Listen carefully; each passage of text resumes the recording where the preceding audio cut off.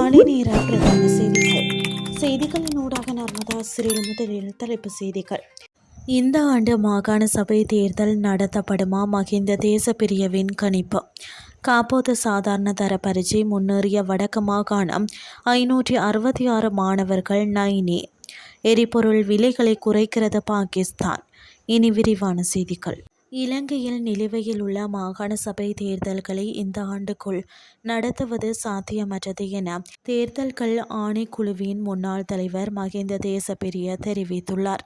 மாகாண சபை தேர்தல்கள் இத்தனை காலம் தாமதமாகி இருப்பதற்கு நாடாளுமன்றம் மற்றும் நாட்டை ஆட்சி செய்கின்ற அனைத்து அரசியல் கட்சிகளுமே கூட்டாக பொறுப்பேற்க வேண்டும். அரசாங்கம் மற்றும் நாடாளுமன்றத்திற்கு இதில் பெரும் பங்கு உண்டு. தேர்தலை எந்த முறையில் நடத்துவது என்பதை தீர்மானிக்க நாடாளுமன்ற தெரிவுக்குழு ஒன்று அமைக்கப்பட்டுள்ளது. நாடாளுமன்றத்தில் அரசாங்கத்திற்கு 3/2 பெரும்பான்மை பலம் உள்ளதால் பழைய முறையிலோ அல்லது புதிய முறையிலா தேர்தலை நடத்துவது என்பது குறித்து அவர்களால் தீர்மானிக்க முடியும். நாடாளுமன்ற உறுப்பினர் ராசமாணிக்கம் சாணக்கியன் இது தொடர்பான பிரேரணை ஒன்றை நாடாளுமன்றத்தில் சமர்ப்பித்துள்ளார். இந்த விவகாரத்தை நாடாளுமன்ற தெரிவுக்குழுக்கு அனுப்பி அதன் அனுமதியை பெற்று தேர்தலை நடத்துமாறு நாங்கள் கேட்டுக்கொள்கிறோம். பல வருடங்களாக மாகாண சபைகள் மக்கள் பிரதிநிதிகள் இன்றி ஆளுநர்கள் மற்றும் செயலாளர்கள் உள்ளிட்ட அதிகாரிகளின் நிர்வாகத்தின் கீழ் மட்டுமே இயங்கி வருகின்றன. மக்கள் பிரதிநிதிகள் இல்லாத அதிகாரிகளின் ஆட்சி ஒருபோதும் மக்கள் ஆட்சியாகாது.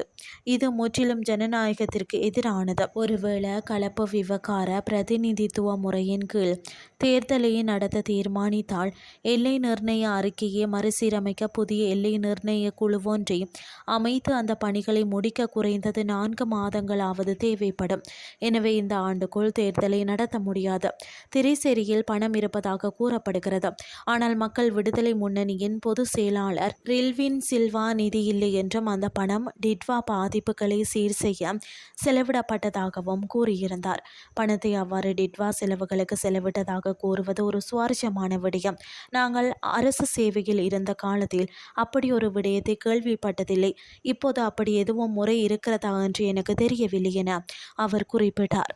நடைபெற்று முடிந்த கல்வி பொதுத்தராதார சாதாரண தர பரீட்சை பெறுபேறுகள் உத்தியோகபூர்வமாக வெளியாகியுள்ளன. இம்முறை வெளியான பெறுபேறுகளின்படி வடக்கு மாகாணத்தில் 566 மாணவர்கள் 9 பாடங்களிலும் ஏ சித்தியை பெற்றுள்ளனர். அத்துடன் அகில இலங்கை ரீதியான மாகாண மட்ட அடைவு நிலைகளின் அடிப்படையில் இம்முறை வடக்கு மாகாணம் தேசிய மட்டத்தில் 8ஆம் இடத்தை பெற்று முன்னேற்றம் கண்டுள்ளது. கடந்த 2024ஆம் ஆண்டு நடைபெற்ற காப்போத சாதாரண தர பரீட்சை பெறுபேறுகளின் அடிப்படையில் வடக்கு மாகாணம் 69.87% தேர்ச்சியுடன் தேசிய மட்டத்தில் 9ஆம் இடத்தை பெற்றிருந்தது. கடந்த ஆண்டு தரவுகளுடன் ஒப்பிடுகையில் இம்முறை மாணவர்களின் உயர்தரத்துக்கான தேர்ச்சி வீதத்திலும் தேசிய மட்ட தரவரிசையிலும் வடக்கு மாகாணம் குறிப்பிடத்தக்க வளர்ச்சியை பதிவு செய்துள்ளது. இப்பரீட்சைக்கு தோற்றிய மாணவர்களில் 627 பேர் அனைத்து பாடங்களிலும் சித்தியடைய தவறியுள்ளனர். இனி வெளிநாட்டு செய்திகள். அமெரிக்கா ஈரான் போர் முடிவுக்கு வந்ததை அடுத்து கோர்மஸ் நீரிணை திறக்கப்பட்ட நிலையில் உலக சந்தையில் எரிபொருள் விலை குறைவடைந்து வருகிறது.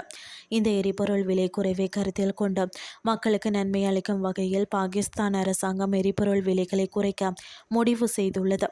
அதன்படி 1 லிட்டர் பெட்ரோலின் விலை 74 ரூபாய் குறைக்கப்பட்டு 299 பாகிஸ்தான் ரூபாயாகவும் 1 லிட்டர் டீசலின் விலை 67 ரூபாய் குறைக்கப்பட்டு 311 பாகிஸ்தான் ரூபாயாகவும் நிர்ணயிக்கப்படும் என்றும் பாகிஸ்தான் பிரதமர் ஷெபாஸ் ஷெரீப் அறிவித்துள்ளார். கடந்த பிப்ரவரியில் ஈரான் அமெரிக்க மோதல் தொடங்கியதை தொடர்ந்து எரிபொருள் விநியோகத்தில் ஏற்பட்ட இடையூறுகளை கருத்தில் கொண்டு நாட்டில் எரிபொருள் விலை உயர்வதற்கான நடவடிக்கைகளை பாகிஸ்தான் அரசாங்கம் எடுத்திருந்தது. உலக சந்தையில் எரிபொருள் விலை குறைவடைந்து வரும் நிலையில் இந்த விலை குறைவு முழு பலனும் நுகர்வோருக்கு வழங்கப்படும் என்றும் பாகிஸ்தான் பிரதமர் வெளியிட்டுள்ள அறிக்கையில் தெரிவித்துள்ளார். இத்துடன் செய்திகள் யாவும் நிறைவடைகின்றது. அடுத்த இரவு 8:30 எதிர்பாருங்கள். நன்றி.